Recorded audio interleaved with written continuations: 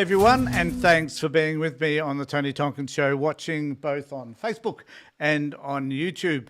And I do need to say that if you happen to be watching this on YouTube, it'd be really nice if you subscribe to my channel and to do whatever you need to do in order to ensure that you'll get some more of these fabulous videos from me if you're watching YouTube. And of course, this is a session which I'm having with Avery Hilditch.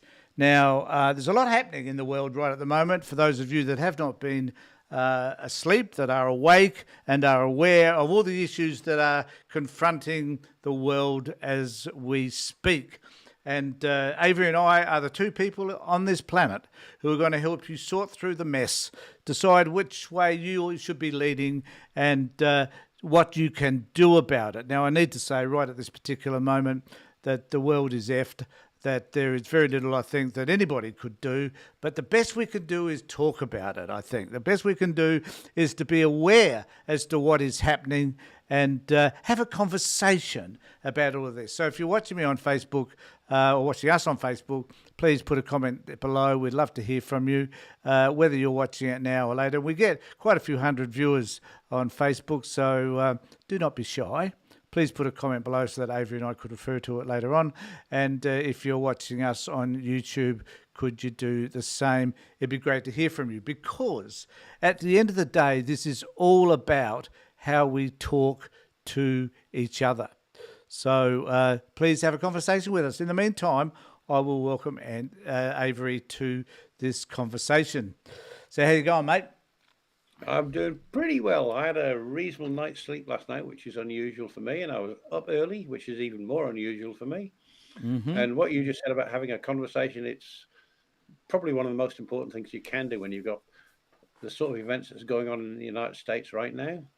The sort of I mentioned last week how about a federal senator that we've got that I've been in a discussion with, an email discussion. Mm-hmm. And people like him, we need to speak about the sort of things that he talks about as well. Not necessarily today, but yeah, it's absolutely vital that we talk about this sort of thing, raise awareness. Yeah, now the point I like to make too, Avery, is that certainly not everybody's going to agree with us. And I know from the comments I get on my YouTube channel that there's a lot of people who don't. And look, I don't mind having a conversation with people about stuff. The ones I don't respond to are those people that are just downright rude. But if you have a reasonable argument, and I've had a few people that have disagreed with me, and their arguments have been quite sound. They haven't been abusive. They've been articulated well. So, and I'm happy to accept some of those arguments. I may not necessarily agree with you. But the important thing here is about the conversation, I reckon. Yeah. So let's see if we can have the conversation, and then we'll see where we go from there. I've had exactly the same experience, on in discussion groups that I belong to. You get these people who just come in, they just want to gaslight or throw insults. Well, those I just ignore. Yeah. I mentioned last week my felon in chief page about the dear fascist leader in the United States, and I've got 2,400 and something followers now on that. Yeah, well done. And, and we would suggest anybody who watches these videos, please subscribe or follow. Yeah. What I was going to say about that though is I've got a fair number of MAGA people that follow that page, and some of them I have a decent conversation with because they put forward their reasons, their arguments, and they're sort of open and honest about what they think, right? Yeah. Why they think I'm wrong and why they think they're right, sort of thing. And then we've got others who are just mindless little trolls, and those I just ignore. I don't ban them. I let them say what they've got to say, but I'm not going to engage them because they're just not worth me wasting any intellectual effort. No, and I know that some time back, I was looking at, how do you respond to comments on YouTube? And one of the best advice I got from someone who's got a lot of viewers was don't get into the trap of responding to everybody. And certainly don't, those people that are just trying to prove what a pain in the ass they can be, don't don't necessarily engage with those people either, because I found that when I did, that sometimes I just had restless nights because I was so busy tuned up about the things that people were saying about me that Yeah. wasn't very good for my mental well-being, I thought. So I just stopped doing it. So Yeah. anyway, the point is contribute reasonably. We will respond. You can access the Facebook page and make comments as people make comments there as well. That'd be great. So please do. In the meantime, Before we start, can I just say one other thing? yeah, sure, go for it. Yeah. When you've got people like that on your page, on coming onto your YouTube channel, watching these on Facebook, the reason I don't ban them, right, is because there might be something that I eventually say that makes them think, right? Yeah. And if that makes them think, and they might just realize that they were wrong about that particular topic, whatever it happens to be. Yeah, and I You have know, I certainly have a policy where I don't ban people yeah, unless their language is abusive, at which sometimes YouTube chooses to do that for me. yeah, So, yes, so please, we're anxious for the comment. I guess this is the whole point. This is the whole point about social media and the types of social media that you and I use. I mean, I don't do Instagram. I don't do much on X. I don't do much elsewhere apart from these sort of feeds, which I only do on Facebook and YouTube. So these are my means of having a conversation with you. And as you rightfully said, it is about engendering or creating unique conversations that we can have with people about the subjects that interest us, hopefully interest them as well, and agree or disagree on, which is fine, yeah. which is what it's all about. We might change their mind. They might change our mind. Yeah, I But you know. can I only know. do that by having a civil conversation. I don't know about. I'm not. I'm not all that for my personally. I don't know about you. Maybe you think about it differently, but I'm not interested in changing people's minds. I use this as an avenue whereby is my avenue for self-expression, and Oh yeah, that's the only yeah, way I look upon it. So, and if people want to have a conversation about the way I express myself, which some people do because they don't like some of the things that I say or the way that I say it, then that's fine. yeah. The point is that no one's going to change my personality at this particular part of my life, Avery, as I'm sure no one's going to change yours. Yeah. So, I, I'm, I'm, yeah. I'm not saying that I'm not setting out to change somebody's mind. If I was to, if there's somebody who, say was a MAGA, and something I say starts them thinking, and they realise that Trump isn't the great guy that they think he is, that's a bonus. I'm just, I just want to express my views about Trump, about religion, whatever it happens to be. yeah, that's right. I mean, I think it's the same motive as my own. Yeah, So let's just start to get into some of the issues. So I'll just do a Tony Tompkins summary, and then you do a summary, Avery, with it as well. So yeah, the primary issue was that bloke by the name of Jeffrey Goldberg, who is a Atlantic journalist, or a journalist for the Atlantic magazine, was actually accidentally. Now, most people have heard about this, so I don't want to have to reiterate it too much. But we know that that he found himself on this Signal chat with a whole host of high-level people who supposedly have the highest securities in the United States, and that they were all having a conversation about the bombing of in Yemen of the Houthis. And it's blown up because firstly he shouldn't have been there, and secondly they said some things in that have made people start to wonder about the seriousness of those people who are at the top echelons of the Trump administration. And one has to wonder also at the same time, because of Trump's response, how serious is he about security in the United States? And I think to some extent that couples with his version of isolationism as well. So why in the hell should he care about what other countries may think or whether other countries may trust him, particularly the countries that are part of the Five Eyes Agreement, of which Australia and New Zealand are part of? So why is it that should we trust them do they actually care? Do they just want to do their own thing and not necessarily care whether Russia or Iran or anybody else is listening into these conversations? And whether they just want to go ahead and ignore the rest of the world in terms of security because they don't care. Even if that lack of security impacts pilots, people from the United States who are involved in these hits. Whether or not they actually care enough about them as well is another issue. But at the end of the day, should anybody trust the United States around said issues? What do you think, Avery? The short answer is that while Trump is president, you cannot trust the United States. When he appoints a former Fox News host as the Secretary of Defense, you cannot trust the United States. When his Director of National Intelligence is a woman who spent 4 years in the military, I think it was 4, and she rose to the exalted rank of corporal, which is only 4 or 5 ranks up from the bottom, and you appoint her as DNI, you cannot trust the United States. The people that he's appointed into those extremely important positions, because it's all to do with national security, they are incompetent, unqualified for that job. Yep. And We so, cannot trust them. I can and I, see yeah, Australia, New Zealand, Canada, and the UK saying we're no longer Five Eyes with Four Eyes. We're not going to yeah, talk to the United States. yeah. And I kind of wonder when that's going to happen. It was interesting today. It's I happening was, now.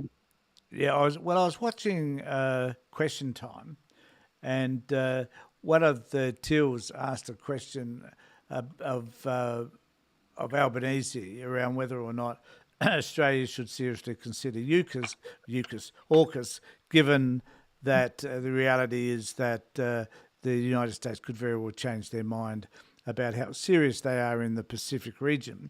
And Albanese gave this long-winded speech about how, well, long-winded, it was only allowed 3 minutes, but he did speak about the importance of their technology and their role in the Pacific and all that sort of stuff. And then Dutton gives up and supports Albanese. You don't see it happen very often, but Dutton gets up and supports Albanese about the need for AUKUS. But one of the things that we don't talk about really now, and we should start talking about in this country, is how serious we should take the United States, given their current and previous behaviours. Yeah. Well, given their current behaviour, we should always take them serious. They're the world's most powerful country, the richest country, the most powerful. You've got the most powerful military ever. We've got to take them seriously. But that doesn't mean we've got to listen to what they're saying and say, "Oh yeah, we're going to go along with that," because Trump is such an incompetent fool. But With why do you think? Okay, I appreciate what you're saying. I know where you're coming from, but why do you think we need to take them seriously? because one reason is because they are the most powerful country on the planet, right? We've got to stand up to them. We don't just accept what they say, right? We've got to go along with some of the things that they say, because some of the things that they say, even that Trump says, sometimes, believe it or not, are worth listening to. He said right at the beginning of his presidency, in an executive order, that any information that could potentially harm U.S. military people should be classified top secret. Right? Right, with the exception of what happened last weekend or 10 days ago, whenever it is. Well, no, he at the beginning of this regime, he said that that's what they should do. If it's going to have, if it could potentially have a negative impact on the U.S. military, it's got to be classified top secret. Right? That is the right thing to say. It should be. What he should be doing now is calling in the former Fox News host, that former corporal, that former major, and saying, "You're fired. You're fired. You're fired." Or, "I want your resignation. I want your resignation. I want your resignation. I made a mistake. I should never have appointed you, because you and the he can't do it. No, he can't do it. But the if he was to say something like that, I think the Congress would then say, well, okay, let's remand this to the FBI because Trump had said to those three people, "You're gone." That Pam Bondi would then say to the FBI, "Okay, investigate this, and if necessary, prosecute." Because But those they're three not. people, But they're not they're going to not. do any of that, are they? No. No, So even though they spent years over Hillary Clinton's emails, and Benghazi and a whole lot of other stuff, that and it's just so hypocritical. But I want to come back to this original point that you raised, and that is, should if they choose to become more isolationist, should we care about anything that they do? What, or should I say, I'll reframe that for you, Avery. What is there about things that they should do that we should care about? what every decision they make, or the vast majority of decisions that they make, they control. For example, SWIFT, right? So if they do some, if they went completely isolationist and they turned off SWIFT, we've now got to invent something else to replace SWIFT. Right? We've got to take note of what they're doing. Because if we don't, they could do something that completely screws us over. Yeah, Does that make sense? Yeah, I know what you're saying is that they have certain technologies that other countries don't have. And I've Yeah. heard that argument before. But the other argument that I now hear is we need to get our fingers out of our arse. Instead of relying on the United States, we need to find ways now to be able to develop that technology ourselves. Yeah. And to some extent, there are some ways by which that has been done. I mean, recently here in Australia, we've just sold to Canada the over the horizon. We talked about this last week. The over the Yeah. horizon radar system, which you've been a party to. So we are more than capable. And the rest of the world, put the rest of the world together, Europe and Asia, and I guess we can put China in this bundle, Japan. There's lots of technical knowledge and know-how that sits amongst the rest of the world apart from the United States. It's just that somehow, and this is my major issue, somehow we've allowed them we've given them permission to become the authority in all of these areas that they have. Because I reckon, and this is my largest criticism of the rest of the world, is I think we've been lazy. I think part of it's come from at the end of World War II, they were the only country that participated that hadn't had the shit bombed out of the country and had to do a major amount of rebuilding and restart the economy. The United States became powerful and rich because of World War II. Now, if that hadn't happened, they might not be the big, rich, powerful country they are. They might still be rich, might still be powerful, but not the powerful country that they are today. Yeah. Right?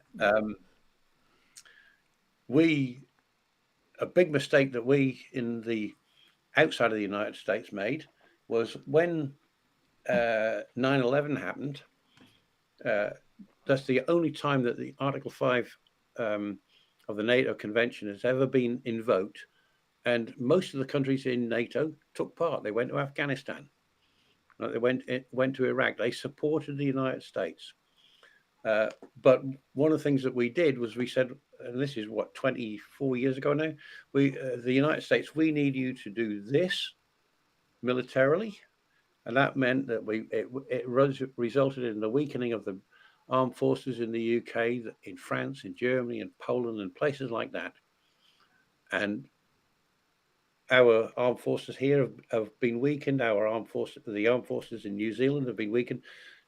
All boiling down to us working to meet the American requirements for combating Al Qaeda and the Taliban in Afghanistan. And then when George W. Bush decided to have a go in Iraq to try and finish off what his dad didn't finish off. Yeah, but And but my that's really weakened us. Now, in you said how can they get there? Yeah. A big advantage the United States has got is that they've got one federal government, right, to oversee everything that happens anywhere in the United States. In the EU, you've got what 29 countries that are part of the EU. So you've got 29 different Yeah. governments that you've got to then somehow coordinate to build that space agency that they all agree how much we're going to put in, and they put the amount in so they can build the satellites and put. They've got the European Space Agency, but some people don't contribute as much as they're supposed to, and others. But Uh, they have, but I mean, NATO, I know what you're saying, and I think that's fair enough. But I'm not talking about NATO, NATO. I'm talking about the EU. but oh yeah, fair enough, fair comment. But even there are countries in the EU that have a different perspective. I mean, Turkey and Hungary and so on are some of those countries, and and so not everybody. We accept that not everybody within that conclave will agree that a certain action should be taken. But I guess they'd still rule, they still determine what they do on a majority rule, I would imagine. So if the majority of people within Europe choose that they're going to make a certain decision, along with the UK, then I guess that's a pretty powerful force, isn't it? I mean, it's pretty powerful economically, it's pretty powerful militarily, and it's pretty powerful in terms of its own populace. So Yeah. surely there should be an opportunity within European countries, whether they all agree or not, to be able to develop and to do the things that in the past they've relied upon the United States to do. Well, the major thing that they've relied upon the United States for is defence. Right, that nuclear umbrella that the United States provides. They've got 7,000 or 6,000, whatever it is, nuclear weapons, and they've always said if Russia attacks you, then they've attacked us. Yeah. The five of the NATO treaty. Um, so Europe has relied since the 1940s, since the foundation of NATO, on that nuclear umbrella. So they all that time the European military has been the armed forces in all the European countries has decreased in size. The American one has grown, and so the major thing that Europe has got from the US has been defence. So they so in the UK, for example, they don't spend anything like as a number of dollars per head of population doesn't compare to the number of dollars per head of population they spend in the United States. Same in Germany, in Poland, in Italy, right? I mean, you know, you get a country like Italy doesn't have the industry or anything like that to spend the the same sort of amount of their GDP on defence as the Americans can do. But the other thing is that if the Americans are going to protect us, we don't need to spend it. We can spend it on other things that the people want, like universal health care. You know, like Yeah, um, so it does. So I guess what you're saying, and I don't disagree with, is that it's about priorities. Then, isn't it? It's about yeah. where we choose to put our priorities. Do we need as much money spent on defence, or do we need to find other ways by which we can negotiate with those people that we see as our enemies? Can we find different ways to negotiate with them so that it doesn't become an aggressive armed force being employed against us? You know, like, is that possible? Do you reckon? Or to negotiate with an adversary, they've got to be willing to negotiate as well. Putin has shown that he's not willing to negotiate. You know, he wants. They're talking about this about peace in Ukraine. He wants peace on his terms, right? Ukraine has said, "Yeah, we'll make some concessions," but Putin's concession is, "You just do what I say," right? There will be peace as long as I get my way. You can't negotiate with somebody like that. Right? If No, they're not prepared to but move, you can't negotiate. no, I appreciate you can't, and also. he's now come back and said, well, I want you to drop any restrictions that you have on us in Yeah, terms of the sanctions and that. the sanctions. So, Yeah, uh, which is unreasonable. yeah. But then I think with that stuff with Ukraine, I think Avery, if the Europeans all got together and said, we're prepared to, if need be, even suggest to put ground forces in place so that we could support your forces, or put aircraft in there that you haven't got, or to even fly our own aircraft where need be. I mean, if the Europeans got behind the Ukrainians, perhaps the war could be over tomorrow. You know? The problem with that is that Putin has said that even though they're not NATO badged, if you know what I mean, Yeah. if French troops go in there because that's part of NATO, because France is part of NATO, that he's going to view. He said that that would be a NATO attack on Russia. He's Yeah, got but thousands of nuclear weapons, and I think that could be used as just an idle threat as well. I don't know whether necessarily he would actually implement that. I mean, he's very big on making threats. He's going to threat nuclear weapons at one particular point against Ukraine, yeah. targeted nuclear weapons. So he hasn't done that. So the man to some extent wields the big stick. The question is whether or not he's prepared to put his country at risk because of that. Well, if the United States went completely isolationist and said, "Yeah, it's up to you, Europe, to sort it out yourself," then yeah, why wouldn't he use them? Because he's not going to get the retaliation from the United States. Not going to have nuclear missiles from the USA raining down on his country. So I Yeah, think that if they went fully isolation, yeah, he might just do it. yeah. One does wonder about the damage though that it would do to the rest of the world, the atmosphere, climate, the whole bit, as a result of some of those nuclear weapons being Well, let loose as well. Con- contrary to the book On the Beach, I, right? I that was back in 1970s, mate. Thanks for reminding me. That that book was written in 1956 or so. Oh, was it? Yeah, there was a movie made in Contrary, Australia too on that, wasn't there? contrary to that, right? Yes, millions of people would die. Would it destroy the entire, uh, every living thing on the planet? Probably not. We don't have enough weapons to do it. It's not a We've got world enough I. weapons to kill It's not a millions world and I would millions. like. It's not a world I would like my children or my grandchildren to be living in, Oh though, no, Avery. I must no. I confess. mean, we'd be back in the Stone Age. There's no doubt about that, right? So And most people would die because they don't know how to grow their own food yeah, or that's true. capture their If own it food. doesn't come in a can or in a packet, how in the I hell would would we die survive? because of it. Yeah, exactly. So I guess, yeah, there'll be lots of idle threats, and Yeah, Putin's good at making those. But he gets away with shit though because people like Trump, who just see him as this powerful, authoritative type figure, and he wants to emulate him as best that he can. yeah. And he'll get away with it as long as there's people like Trump and Erdogan and others. So, but if the UK, as I said before, if the UK and Europe all stood up against him, perhaps there'd be a different outcome as far as Yeah. Ukraine is concerned. And perhaps we're heading towards that point too, where the Europeans don't want to see Ukraine develop into or be taken over by Russia for fear that Poland and Yugoslavia and other countries may be taken over from them as well. Well, the Europeans have said exactly that. They don't want to see Ukraine because if he's allowed to take Ukraine, that will embolden him, and he might start by going for Kazakhstan in Central Asia, right? Because uh, the resources and things like that.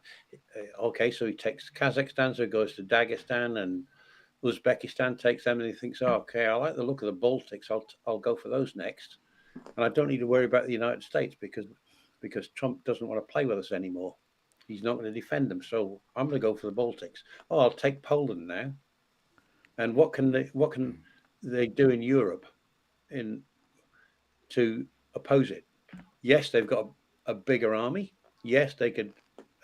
They've got a bigger army already if you combine all the military Mm. in Europe. And if you look at the population of Europe, compare it to the population of Russia, uh, the Europeans could could conscript even more soldiers than the Russians could. But the Russians have got one thing that Europe doesn't have much of, and that's nuclear weapons. And Putin, I think, if he's not going to worry about, if he's not got the United States to worry about them getting in, joining in, then I would not be surprised if he decided, if it got to it, that he decided, okay, I'm just going to nuke them. Now, the UK has got 300 nuclear weapons. France has got 300 or so. Russia, they've got something like 5,000. And the 5,000 they've got are bigger and more, not well. When you're talking about a nuclear weapon, you know, and you're not too worried whether you aim that thing at, say, London. You don't care whether it lands in Trafalgar Square or Hyde Park. It's going to, which is a few miles away. It's going to cause an immense amount of damage. You don't care. Problem with Russia is that they've got a vast area. They've got their missiles in really remote areas. Siberia is much bigger than Canada, and they've got missiles hidden in bunkers and silos there. And how do we get them from the UK? And the answer is very difficult. Right? He would be emboldened if Trump was to pull the plug and say, no, we're not going to defend anybody except for ourselves if we get attacked. Well, I think that there's a long way. Let's hope none of that ever happens. I think that's a doomsday type prediction, which hopefully we will never see in our lifetime or our kids' lifetime or our grandchildren's lifetime either. But just moving on to another issue that we wanted to talk about today, which was not just what's happening in terms of this security leak, which was a bombastic, bloody movement from the United States Trump administration, but also some of the things that came out of it that I thought were fascinating. And I started to question this, and I might play a bit of a video that I got from James O'Brien on LBC, and James is I love James O'Brien because he's pretty upfront and in your face, and says what he thinks, and a lot of people disagree with him. But he was discussing this issue around whether or not why it is that the United States hates Europe. So he's asking this question of his audience, and I'll just play this because this is the response. The people who displayed epic incompetence and corruption and quite possibly criminality in this infamous signal exchange that broke over the weekend. Why do they hate Europe so much? Noah is in Indiana, in the United States, as opposed to Indiana, I don't know, in Shropshire. Noah, what would you like to say? Thanks for having me on, James. I really appreciate it. I heard a caller yesterday ask about United States listeners when you posited this question to them. So I listened to it at work, and I was like, I got to chime in. But thank you. I personally, absolutely love the show. But when it comes to J.D. Vance and his ilk disliking the UK, disliking Europe as a whole, what the news media is training a lot of Americans right now with is the U.S. is footing the bill on a lot of, NATO's funding. We're footing a lot of the bill as far as foreign aid. The Ukraine thing, absolute nonsense, especially when they throw out numbers like $300 million. We can't trust that. It's roughly $170 billion, upwards to there. And I believe the statistic was 80% of it roughly spent within the United States. They just push these numbers our way, making us. But do they believe that them? we're the biggest? Because this is unfortunately. So they're almost victims of their own propaganda. So the stuff that is put out there to persuade whatever the United States equivalent is of Billy Bunch of Numbers with a bulldog avatar. I suppose it's someone with a stars and the stripes and a single figure IQ. The propaganda they pump out to persuade them that things are other than what they actually are. They actually believe. Oh yeah, absolutely. Like Steve Bannon says, the flooding the zone. And it's extraordinarily effective right now. It's shockingly so. I also talked to the producer about what the values of Yes. the UK and other European countries. They see you as limiting freedom of speech when in reality you're one of the standard bearers of it right now. It's astounding to me what kind of spin they're putting on this, but really, I think it's fear too. Go on. It's fear that we're going to look at you as a bastion of freedom, you as a bastion of what's sensible, what's right and wrong in the world. Now that's the bit. That's the bit, Avery, that I wanted to play for you. That Yeah. there's this notion that Europe represents something completely different to to what we're experiencing. So it's kind of like reverse projection, really. So we see in Europe freedom of speech, the ability to be able to talk about whatever they want to talk about. There are pushbacks against that. There have been in Germany, and there's certainly the right wing in the UK and Farage and others. But when America looks out and they see what's happening in Europe and the diversity and the history, and there's a whole host of things. They have kings and queens and heaven only knows what else. And they have all these things, I think, that that Europe, that the United States would love to have, but simply don't. What do you think? Well, I said earlier on that one of the reasons I think that Trump hates Europe, or that JD Vance hates Europe, is because he knows that 70% or 80%, whatever it is, of the population of the United States wants the sort of things that they've got in Europe, like universal health care, like the social security, like paid leave, like maternity leave, as a right, not as a privilege, Yeah. right? Not banning guns, because there's every country in Europe, or most countries in Europe, you can get a gun, but you've got to go through a rigorous process to get it. So they've got strict gun control legislation in all the countries in Europe. Switzerland is a bit different. Everybody's required to have a gun there because Switzerland is a small country and everybody basically is in the Swiss military at some point. But they want, the American people see things like that, and they want things like that. The American people know that. Well, I can't remember the last time that in the UK they banned a book. I think it might have been in the 1960s, something like that, Yeah. when a book called Fanny Hill, or it might have been Lady Chatterley's Lover, that was banned. And I can't remember. I remember that. Hearing That was banned in Australia in about '66. I can remember being at school, yeah, anxious around to about read that it. time. There was one Yeah, copy around that about was that time. floating. There was one copy that was floating around the place that was pretty tattered, and Yeah. dare I say, relatively sticky by the time the rest of us got it. It was a very exciting period to be a 13 and 14-year-old. I can tell you. Yeah, But yeah. there's one other. Go on, mate. Sorry. No, I was just going to say, because you were talking about freedom of speech, is my experience has been that because I've lived in the UK, I lived and worked in Europe, different countries, France, Netherlands, Germany, been to Denmark, been to Austria, been to Italy, been to Spain. Right, my experience there was that they don't ban books. Right, they don't ban magazines. You can say what you want. You try that in the United States, they take books out of schools because they've got a picture of a black kid on it. They've taken down the you can't talk about slavery in the United States anymore, right? You can't, it's illegal, according to the Orange Hitler, to criticize Elon Musk. Yeah. The First Amendment says you can say anything you want as long as you don't shout fire in a crowded theater, basically. So I think there is this. And they don't have a There's First this Amendment sense in of. any country in Europe. Well, that's right, and they don't.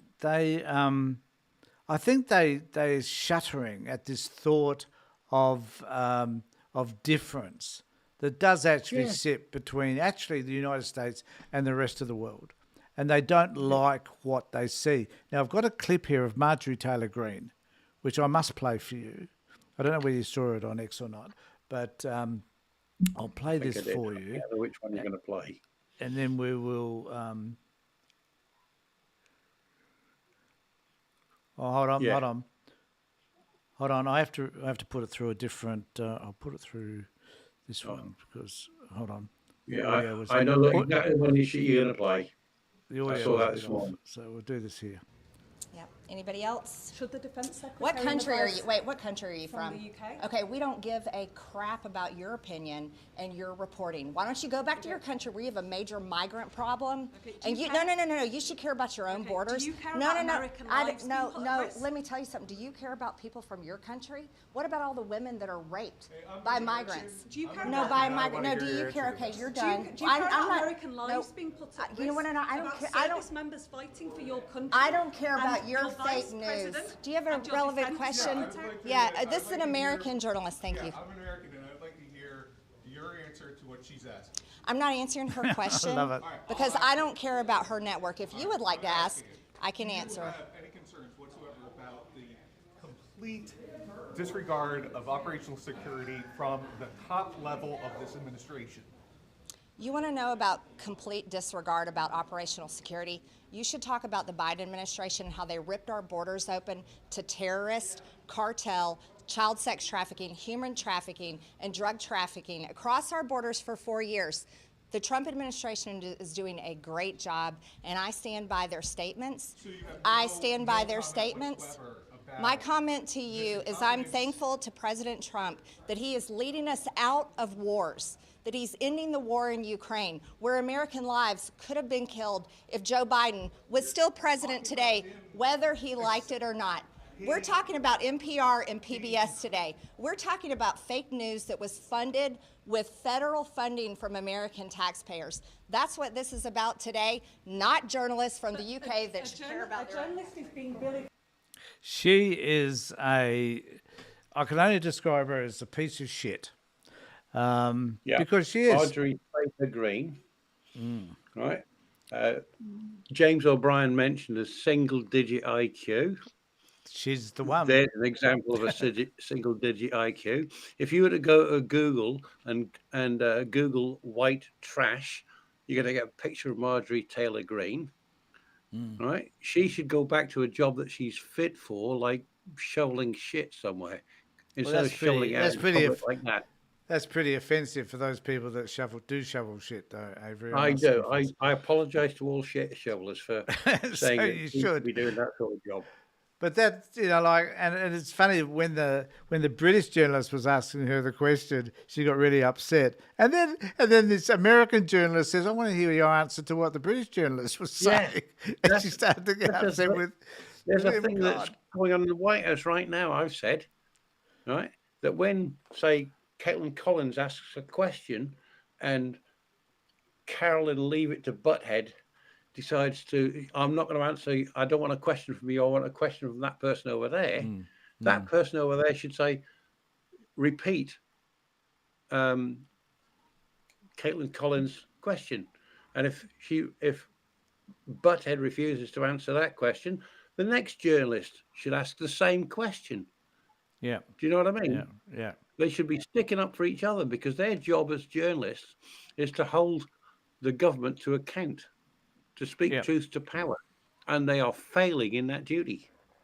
Oh, Caroline Levitt's another story altogether, I reckon. Leave but it to Butthead. Yeah. leave it to Button. Yeah, that's true. So I just wanted to come to this article, and this is where they're going. This is on the Telegraph, and so this is where Donald Trump's cabinet inviting a journalist to a group chat. We've talked about that, but for European and British officials, the most alarming aspect of the extraordinary affair was the single dissenting voice in the conversation that played out in Signal. So this was JD Vance, Avery. Yeah. I think we are making a mistake. JD Vance, the vice president, said, and so on, and they tried who was on it. The group has repeatedly targeted vessels in the Suez Canal and Red Sea in recent months. 3% of US trade runs through the Suez, he said. 40% of European trade does. There is a real risk that the public doesn't understand this and why it is necessary. I'm not sure that the president is aware, so he's criticising Trump here as well, is aware how inconsistent this is with his message on Europe right now, the vice president added. In other words, France was uncertain about the wisdom of bombing Yemen, partly because of the risk of an oil price and so on. So it goes on to say where there's also this self-interest and ideological stuff happening as well. And so the first thing appalled European leaders should remember is that J.D. Vance is, in this respect at least, in the American mainstream. And I think that's worth noting, that there's a lot of Americans who do tend to think that the rest of the world owes whatever it is that the rest of the world owes, but we owe it to the United States, and the United States exclusively. Annoyance with low defence to spending in the content is a bipartisan American political tradition. Some 50 years later, in 2011, Barack Obama Defense Secretary Robert Gates warned of a dim, if not dismal, future unless Washington's NATO allies stepped up. Right, we know all about that. Trump himself has gone so far as to threaten not to defend NATO members who are delinquent in payments and so on. And so what they're saying here is, so I think this is Vance.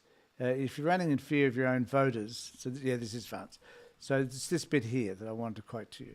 If you're running in fear of your own voters, there is nothing America can do for you, nor for that matter is there anything that you can do for the American people who elected me and elected President Trump.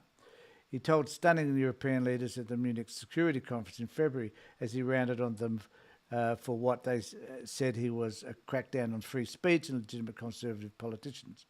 So he goes on anyway to further criticise them and to make the assumption, Avery, that in fact, because it should be transactional. So we're helping you here in terms of your shipping through the canal and out onto the ocean and over to the United States. So all Europe and Britain, when you're shipping stuff to us, we're helping you because we're getting rid of the Houthis, and you should be able to ship more freely without being attacked by them. And as a result of that, you should pay us for what we're doing for you. And there is this absolute contempt for Great Britain, for Europe in general, and I find it absolutely appalling, and further fuels my argument that they are attempting to become more isolationist by the moment. Oh, What do you think? Yeah, I agree. J.D. Vance said recently that no country in Europe has fought a war in over 40 years. Well, that's wrong, because most of the NATO countries in Europe went to Afghanistan. That was less than 25 years ago. Well, yeah, it was 24 years ago that started. He paints this picture in the southern end of the Red Sea and the Gulf of Arabia as though the only navy that's there is the United States Navy. That's not true. The Royal Navy's there, the French Navy's there. We've even got Australian ships there. Now, we don't have aircraft carriers with F-18s on it or F-35s on it. The Yanks have got that. The UK's got them. The French have got them. All right. When he says that Europe, because of the amount of trade European trade that goes through the Gulf, through the Suez Canal, that Europe should pay more, I don't entirely disagree. Right? Europe should be doing more, but the way he paints it is they're doing everything, and Europe's doing nothing, and that is a lie. But do you expect an honest comment from the Trump administration or any of the drooling sycophants that he's got in his cabinet? No. No, and there was just finally, there was this. I just wanted to say there's this one statement here where he just says, "I just hate bailing Europe out again." So, that's it. Yeah. Well, next time that some major thing happens in the United States and they need help from the Europeans can say, "No, we bailed you out in 2001. We're not going to do it again." You know, how much longer would that war in Afghanistan have gone on if European troops and Australian troops and New Zealand troops hadn't been there as well? Yeah, I think that's a great point. I think that if it wasn't for the rest of the world pitching in, I should say, Yeah. when the United States required us to. Yeah. And what really pisses me off is that the United States doesn't take any responsibility for not entering the war in Europe when it occurred. That they Yeah. had to wait until they got bombed by Japan before they Yeah. decided that this was a threat to them. Well, You know, there was they a just- large Nazi movement in Germany, in the United States at the time, led by Yeah, Charles that's right. Lindbergh, amongst others, and a guy called Fred Trump. He was involved. There you go. What can I say? Yeah. So Yeah. there was Like a... father, like son. Yeah, absolutely, absolutely. So I guess the bottom line is the world is collapsing around our ears, and it will do so unless we remain vigilant. And the point of our chats and conversations is that we, Avery, you and I, are at least attempting to remain vigilant and to talk about the issues of the day, which is what we do here on Live with Avery and Tony. So thanks, mate, for being with us. You're welcome. It's great. And look, I'd just like to say to those people that are watching, either on YouTube or on Facebook, just remember to subscribe to the channel, ring the bell for further notifications, do what you need to do. They would really appreciate it. If you're watching YouTube, that would be great. There'll be many more videos to come. In the meantime, take care, look after yourselves, and more importantly, be safe.